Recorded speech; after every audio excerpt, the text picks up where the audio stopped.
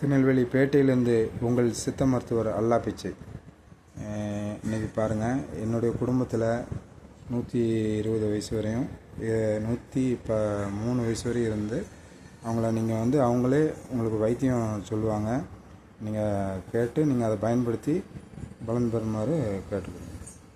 சொல்லுவாங்க.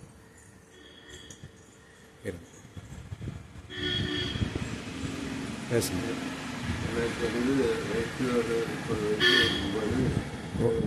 நான் கேட்குறேன், உங்களுக்கு எத்தனை வயசு ஆகுது? 104 வயசு ஆகுது. உங்களுடைய உடல் ஆரோக்கியம் எப்படி நீங்கள் மெயின்டைன் பண்ணுறீங்க? காலை சாப்பாடு இட்லி சரி சாப்பிடுவேன். சரி. அதாவது மாத்திரை அப்போ நான் வியாதி இருக்கும்போது தான் அந்த மருந்து சாப்பிட்டேன். சரி சரி. இப்போ அந்த மருந்துலாம் கிடையாது, மருந்தே கிடையாது. அதில் எந்த விதமான மருந்துலேயும் எனக்கு அந்த இது கிடையாது. அதனால நான் இப்போ நல்லா ஆரோக்கியமாக அந்த மஞ்சக்காம வந்த உடனே எனக்கு நான் கீவா நெல்லி சரி. மஞ்சக்காம வந்த உடனே கீவா நெல்லி ஒரு புளி கையாத ஒரு புளி சரி சரி வேரோட எடுக்கணும். வேரோட எடுத்து சரி மூன்றாக அறிந்து அதை விழுதோட அம்மியில வைத்து அரைச்சிடணும். கல் அம்மியில வச்சு அரைச்சி சரி அந்த பசும்பால் பச்சை பால் சரி ஒரு 200 பால் சரி குடிக்கணும் காலையில. சரி சரி. மாலையில அதே மாதிரி ஒரு புளி எடுத்து வேற கழிட்டு நல்லா மஞ்சள் கழிட்டு 3 அரைந்து அது தண்ணியில ஒரு அரைப்படி தண்ணியில போட்டு 7 மிளகு போடணும். 7 மிளகு ஒன்னா போட்டு சரி அவிச்சு அரைச்சாப்படி தண்ணியா வத்த வைக்கணும். வத்த வச்சு நல்லா ஆறுல போற கல்யாணம் நல்லா பிசைஞ்சு சரி சரி வடிகொண்டு சரி சாப்பிட்ட பிறகு இரவு சாப்பிட்ட பிறகு அதை சாப்பிட்டு படிக்கணும், குடிக்கணும். குடிச்சிங்கன்னா உங்களுக்கு மஞ்சள் கமலா இருக்கிற வராது.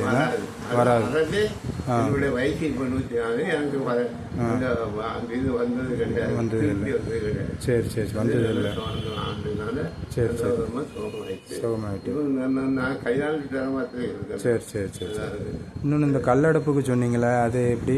கல்லடப்பு நான் கல்லடப்புல வேலையில் பட்டுக்கிட்டு இருந்தேன். சரி சரி.